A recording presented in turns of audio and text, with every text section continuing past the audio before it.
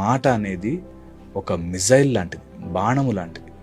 దాన్ని కరెక్ట్గా వాడుకోవడం రావాలి. మాట ఎక్కడైతే కన్వే చేయాలో చాలా 99% నువ్వు అట్లా అన్నావు కదా మాకు అర్థమైపోయింది అనేవాళ్ళు ఉంటారు. నువ్వు చెప్పింది అర్థం చేసుకోడు, అట్లా ఎలా అనగలిగావు, ఇలా వెనకాలే ఆలోచిస్తారు. సో ఎప్పుడు మనం కన్వే చేసేది నిశ్శబ్దం నుంచే వస్తుంది. అందుకోసమే ఎప్పుడు కూడా సైలెన్స్ని మనము లోపలికి అబ్జార్బ్ చేసుకుని ఉండాలి. మనకి హార్ట్ దగ్గర అనాహతము అని, ఎప్పుడైతే రెండు చేతులు కలిస్తే చప్పట్లు అన్నట్టు ఏమీ లేకుండా ఒక శబ్దం వస్తూ ఉంటుంది లోపల, ఏమీ లేకుండా. ఎప్పుడైతే నువ్వు ఆ శబ్దాన్ని వినగలవో అప్పుడు నిశ్శబ్దం నీకు వచ్చినట్టు అంటారు. మన లోపల నుంచి తెలియకుండానే ఊపిరి పీల్చుకుంటుంటే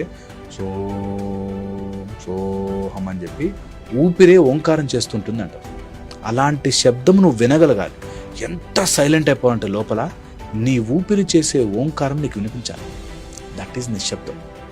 ఇది ఒక ఆస్పెక్ట్ స్పిరిచువల్గా చెప్తే.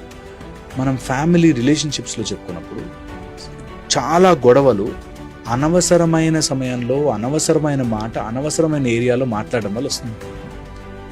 అందుకోసం మనం ఎప్పుడైనా ఏదైనా మాట్లాడాలి అంటే దాన్నే స్ఫురణ. మనకి అమ్మవారిచ్చే దయ ఏంటంటే ఎక్కడ ఎప్పుడు ఎవడు ఎలా మాట్లాడాలో తెలిస్తే వాడు నిజంగా చాలా గొప్పవాడు అవుతాడు.